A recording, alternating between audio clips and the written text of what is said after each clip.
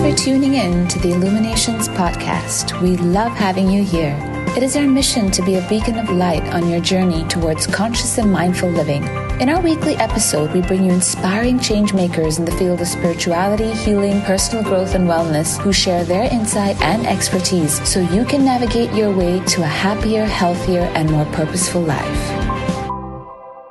Hello, and welcome to another episode of Illuminations Podcast. I'm your host, Nia, back with another episode and another speaker.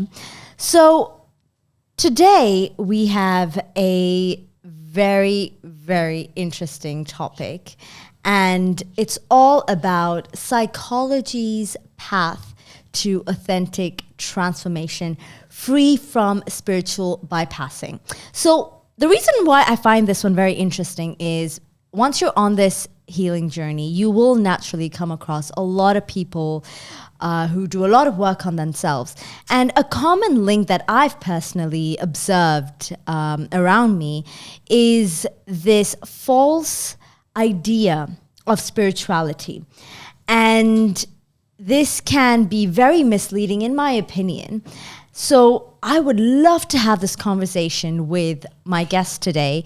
And not only is she someone who's spiritual, but she's also a clinical psychologist. So let me first introduce Ari. So Ari is a clinical psychologist and a movement therapist, and she's going to enlighten us about this topic today. But first, welcome to the show, Ari. It's such a pleasure to have you here today. Thank you so much. So excited for the conversation with you. Thank you so much. Absolutely. So let's just dive right in, shall we? Sure. So let's just dissect this term, spiritual bypassing. You know, I'm pretty sure people have heard of this before, or for those who've never heard of this before, what exactly is spiritual bypassing?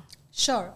So Nia, when we talk about spiritual bypassing, it's nothing but when anyone follows the path of spirituality, that doesn't mean that you can not see difficulties, pain, sorrow, right? Yeah. Spirituality is not a path where you just feel like everything is positive or everything is beautiful or everything is very meditative, everything is very transcendental. No, there will be sorrows, there will be anger, there will be pain. And when people try to ignore those things and then come to a path which we call as spirituality, that is what spiritual bypassing. Because I love that you just told us exactly what that is, because you're so right. Because when you look into people who are on this path, I feel like it's such a misconception that spirituality is meant to be light. You know, when reality, or when the world without spirituality, if you're not on that path, when things are hard and tough and sad, when you move into spirituality, there's this, I feel like there's this false or this misconception about how things are meant to be light, happy, hunky-dory, fairies and daisies, right? Yes, and also we observe and we see that, spirituality, people sometimes misthink about it's an escape from hardship. But no, spirituality is not an escape from hardship. Everyone's journey of spirituality can be very different. Like what is your journey of spirituality versus mine can be very different. And sometimes spirituality might throw back a lot of hardship, a lot of, self-awareness, self-acknowledgement might happen in this path. Yeah. And it's very important to tab on those difficult emotions. It's very important to process them, accept them. And then when you choose the path of spirituality, I think that's most authentic, and that's where true healing starts. So for those who are still unclear, what exactly is spirituality? Sure. I feel sometimes people interpret religion and spirituality, right? But and they're not the same. It is not. There is a thin line, but that thin line is very, very major, and that can really misconfuse people, right? Because I feel religion has to do with a lot of fear, because religion is to do with that deity that you believe in Right. any religion. It might be, different names for different religion. And it's very bound because there are rituals, there are do's and do nots, there is a lot of fear attached to it, and there is a lot of, bindings that the institution of religion itself does for you. But when you talk about spirituality, I feel it's more free.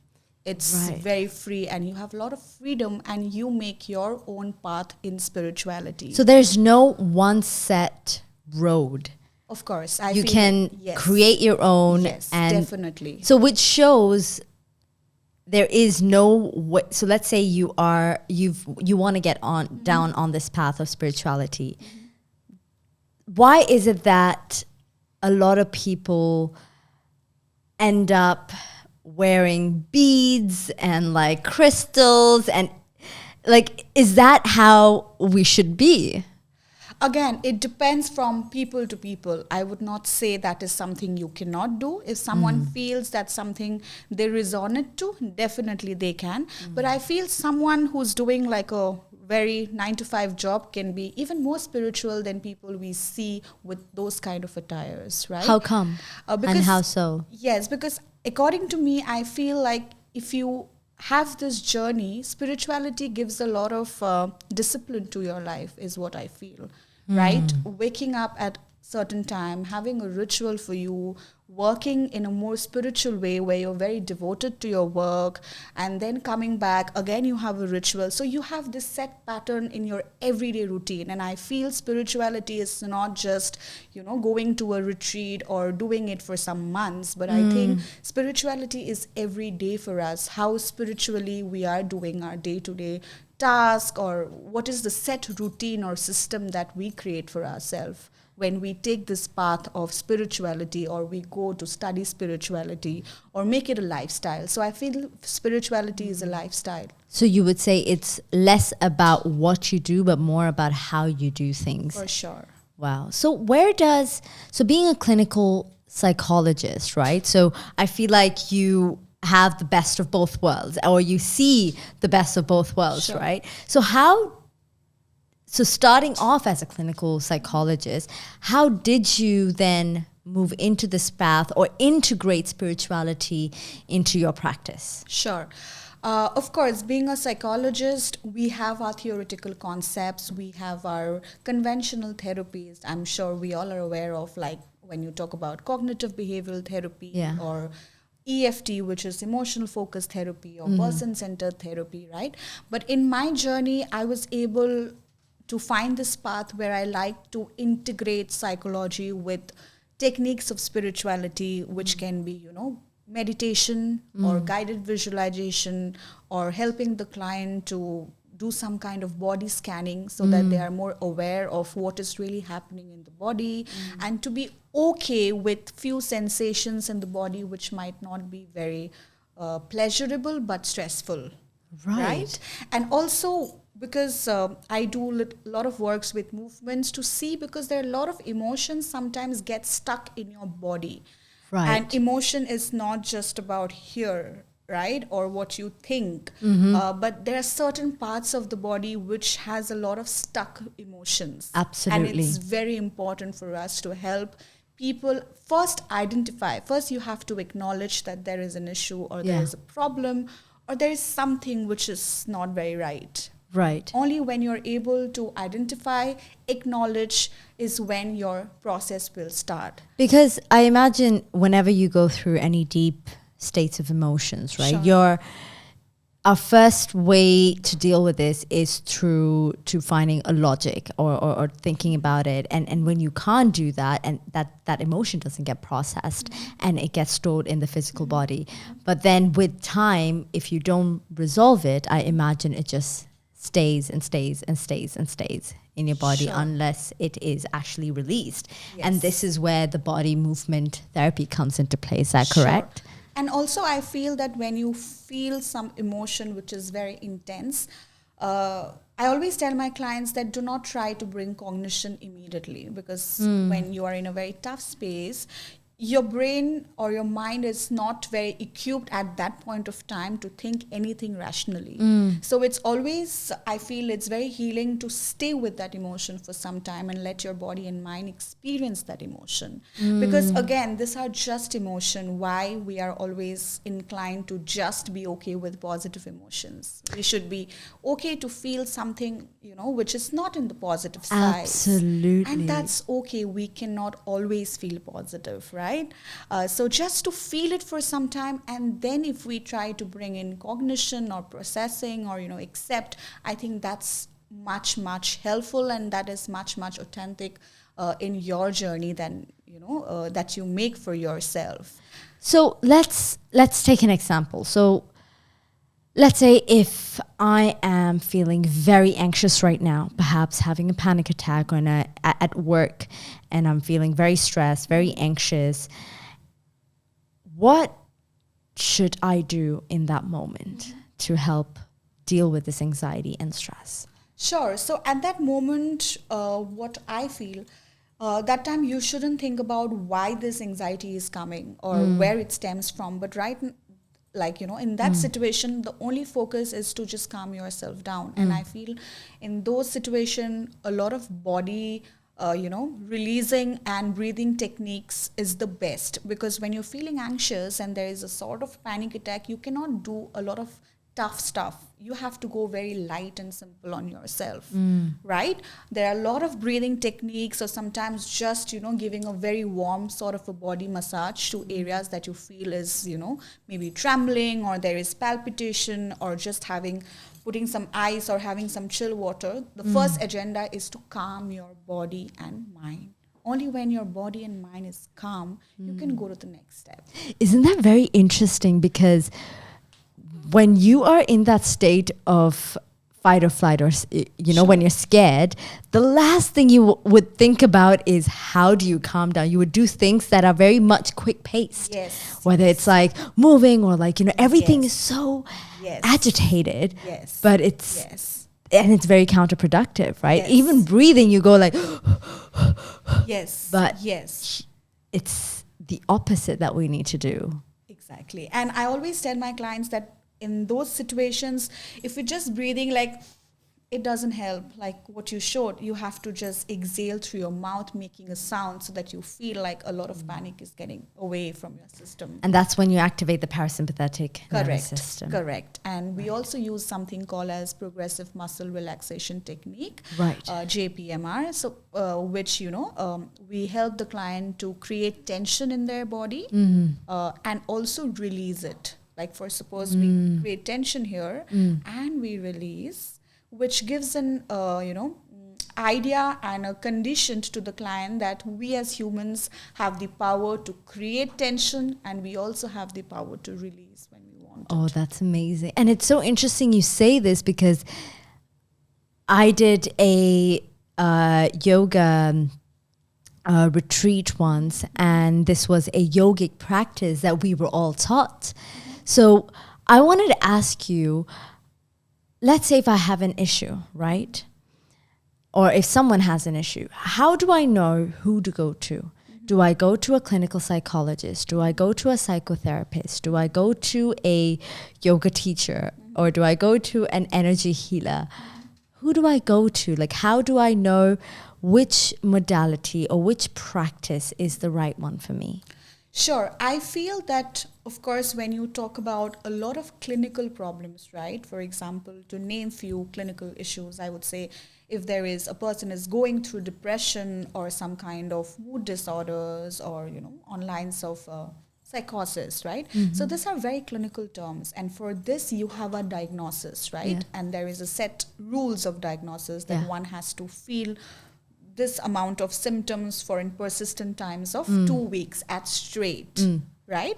So then, of course, it is very clinical because you have been diagnosed with it. You have gone through an assessment and clinically you have been diagnosed. Then, of course, visiting a psychologist is something I would always recommend because it's a clinical thing, right? But nowadays, we also see a lot of issues which is very everyday, which is like, overthinking or relationship issues or a lot of burnout from office, not being able to keep a balance between work and personal life, right? Yeah. So in that case, I feel, of course, you can go to a psychologist or psychotherapist so that you know where this issue is stemming from. You're able to talk about it, process it, and also you can go to a healer together.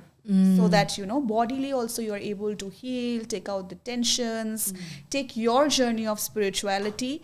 Alongside, you're also able to talk about these concepts, process them, accept them, and then take a journey of spirituality. So I think it can be an integration of two things when it's not clinically diagnosed. Right. So what would you say are the limitations of both? So what are the limitations of going to a psychologist, and what are the limitations of going to, let's say, a spiritual healer or so on, and so, or the spiritual modalities, let's say? Sure.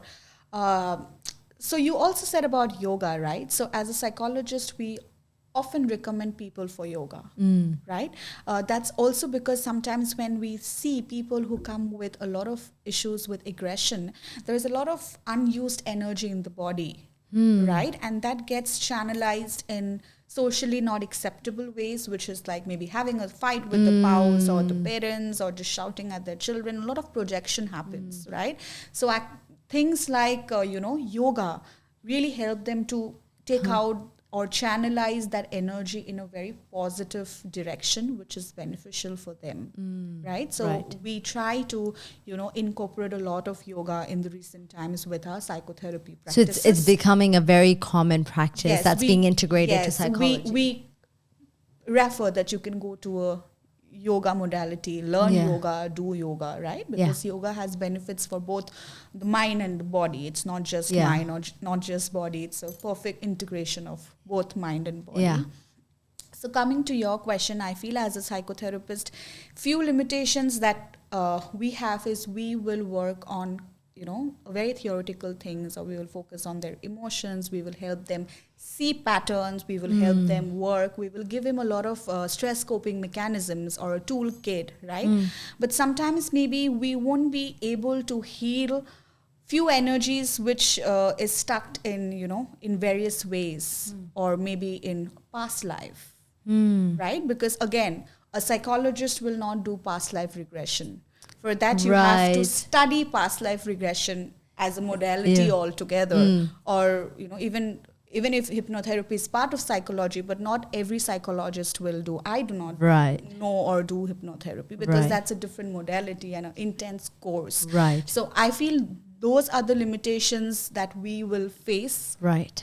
In some kind of issues, or maybe Reiki or pranic healing, those things we won't be able to provide for a client which is very energy based, or which is very, tapping some traumas or past life things in a client. Our trauma will be more on lines of, PTSD, like post-traumatic stress disorder, where we help them to, have exposure therapy, or talk about it, or visualize it, or do some kind of role play so that we help them come out of that trauma. Right. Yeah.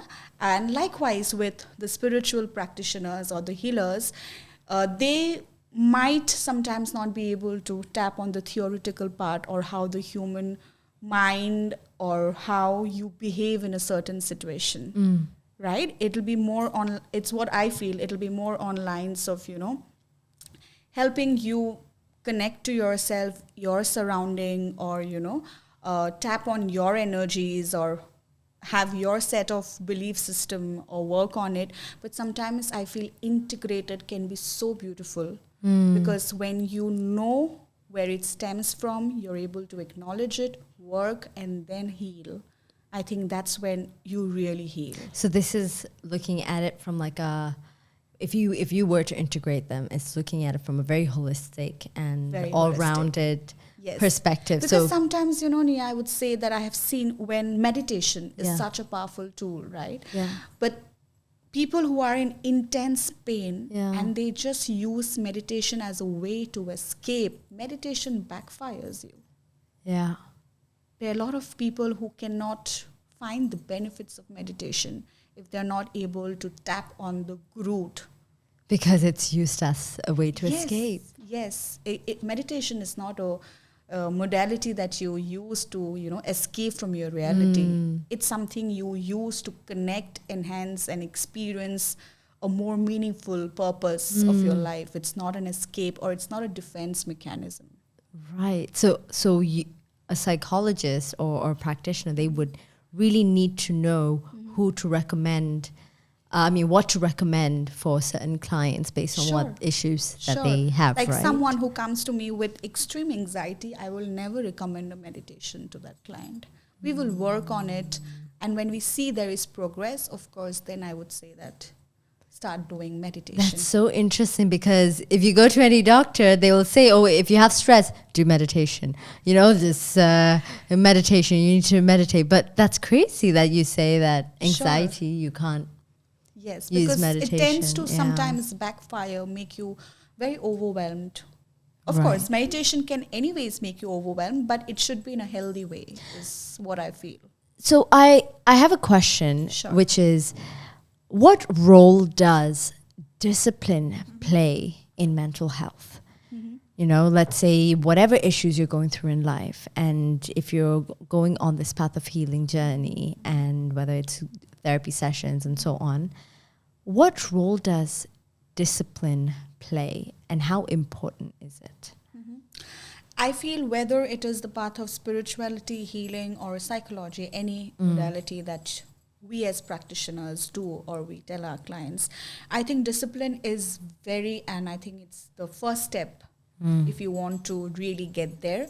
Because again, in that 60 minutes or 90 minutes, whatever sessions we do, I always feel like I cannot bring a miracle to the client if that is not taken as a lifestyle by the client at home. Because they come to our sessions for 60 to 90 minutes max, right? So they need to absorb that, and they need to make that thing a lifestyle change. For example, today if I tell a client that you will do this sort of a thought replacement, and you should journal, right? If the client journals one day, not journaling for a week, again, then the client will never see the change. So to be very disciplined in the approach that you go, and to really reap the benefits of, seeing a healer or a psychologist, I think you have to be very, very disciplined.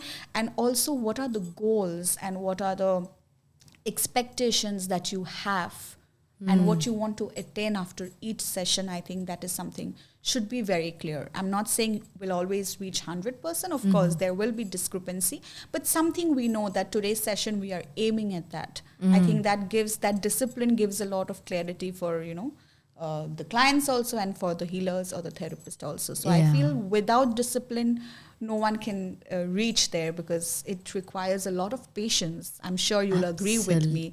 It is not a fast journey, and sometimes we see that clients get very in a hurry that, it's been so many sessions, why am I not there? So I feel it's a journey. It's a beautiful journey, and once you are able to make that alliance with your client, I think it goes for years. Then it's not just about I have an issue. They just come because they just want to work and very minor things they start working on. Initially, when they come, there is a big problem or an issue they come with. But as they get into this journey, I think they tend to see many finer things that they want to work on, and they just want to strive the best version of themselves, connect to themselves so much, and be sensitive, empathy. These are things that they want to work on. Absolutely. But as you're saying this, what's also coming to my mind is, based on the kind of lifestyle that we all lead, where everything that we have is super quick and within our fingertips, what role does medications, what role do they play in our spiritual growth? Is it impeding our spiritual growth? Is it helping? What are your thoughts on incorporating medications with spirituality and psychology? Sure. Again, depends if someone is on lines of too much of severity, right? Because we call as mild, moderate, severe. How the client, or in which phase of severity the client is in. If someone is very severe, of course medication is required, because then there are few hormonal things, medical things, which we cannot ignore. Even if we want to ignore, but we cannot, right? But I would say that people should not have the dependency on medicine. That is something I do not prefer, or I feel like that's not a good dependency, because then there's a lot of SOS. I'm sure you know, people feel panic SOS and they calm down. Exactly. So it should not be, because I know it's a quick relief than our practices. Yes. I'm sure.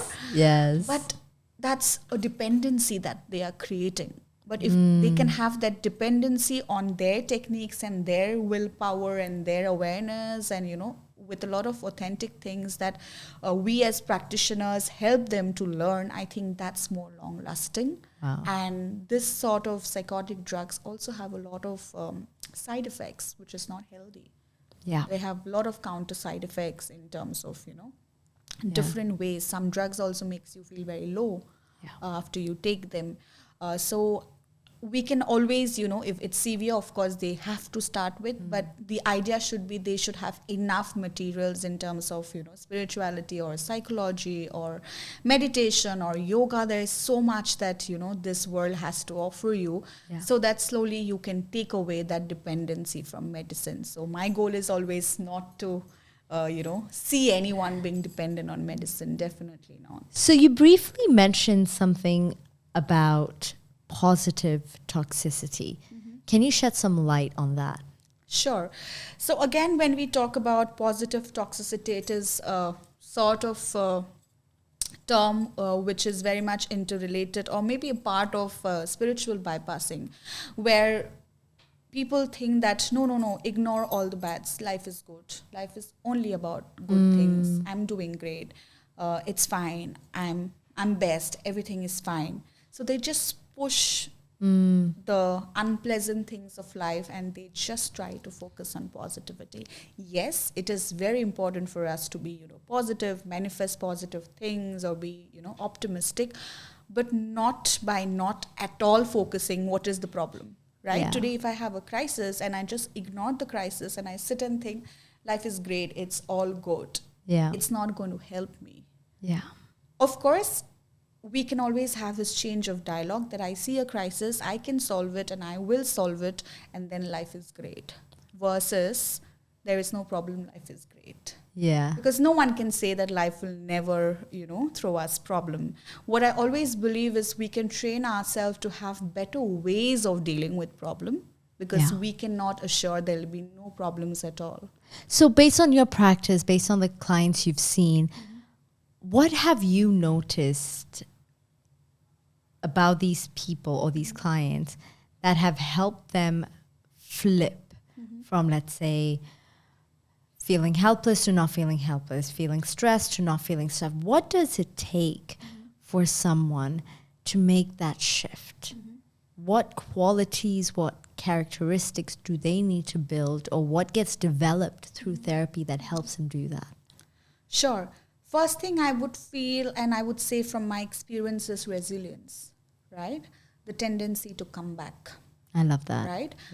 The first thing is resilient, and I feel resilience is something we all need to work on, because life will throw us lemons at times, but we need to come back. And also when they step into this approach, of course we all deal life situations, but the difference is when they follow a path, the dealing is a healthy way. And when we don't follow a path, we deal it in a very toxic way, right? And I also feel there is a lot of shift in perspectives, a lot of shift as to how they see a problem. For example, I couldn't do this, hence I cannot do anything in life. Sort of, you know. If not this, nothing. But no. It's not black and white. It's not black and white, right? If not this, maybe this is something I'm not good at, or this is not my forte. Let me discover what I'm good at. And I'm sure I'm good at something, right? So there is a lot of shifts that I see in my client, and they are able to, you know, with a lot of thought replacement practices that we do, with a lot of, you know, change of perspective, or a lot of Socratic sort of a questioning that we do, there is a shift in how they see a problem, right? And they're also able to acknowledge that there is a lot of overthinking, right? And we help our clients to look for evidence, because sometimes it's a very cooked up story. The problem might be 50, but story makes it 100. So to write, and I personally tell them to talk with their problems, put cross the things that they feel is a cooked up story. So they're able to know what is the intensity of the problem and what is their overthinking, which is leading to that. And of course, they have a better, toolkit to deal with the problem. So that is the shift I see. And also, I'm sure you'll agree with me, clients come with a lot of self-disbelief. So it's very important to work on their self-esteem, their self-love, and their self-care, because I feel self as a concept is very underrated, because we are so engrossed in this world of, being someone's mother, daughter, partner, or whatever roles that we do in a day, that there is no time for me, self, as Arhi, or you as Nia, just being Nia, not Nia the role that you take, or not Arhi the role I take, right? So to work on self, I think that's beautiful, and that makes a lot of things come into places. So you would say resilience and self-esteem. Yes. Wow. I love that. Thank you so much, Ari. I think this was super insightful, and we touched base on a lot of key concepts that would give a lot of clarity to people who are embarking on this journey for the first time, because a lot of the times not a lot of people know what is the right thing to do, because a lot of people think a psychiatrist and a psychologist, they're the same thing, but they're not. So just shedding some light on how these different modalities can help, and how integrating spirituality and psychology can be super beneficial. So thank you so much for that. So before we end, any last words for our audience? Sure. Last words for the audience is something I really believe, that 24 hours is a long period, and at least 15 minutes give to yourself. 15 minutes, do something that you're passionate about, that you feel that I really like. And it's not big of a ask, just 15 minutes to begin with, because I feel if you are happy, you can keep others happy. If you are not happy, you won't be able to spread happiness. So let's prioritize self-care, which is like not a priority for many people. So let's prioritize and let's keep loving ourselves. Thank you so much, Ari. And thank you so much to all our viewers who are watching, listening, and tuning in through different platforms. I hope you found this episode extremely insightful. Hope you come back for another episode. Until then, take care and live light. Thanks so much for listening. If you enjoyed this episode, we'd love to have you tune in again next week as we discuss more engaging topics on relationships, health, career, self-care, and spirituality. If you'd like to help support this podcast, please share it with others, post about it on social media, or leave us a rating and review. We'd be extremely grateful. To catch all the latest from us, you can also follow us on Instagram at Illuminations World, or visit the Illuminations World YouTube channel for more inspiring content. See you again next week, and until then, live light.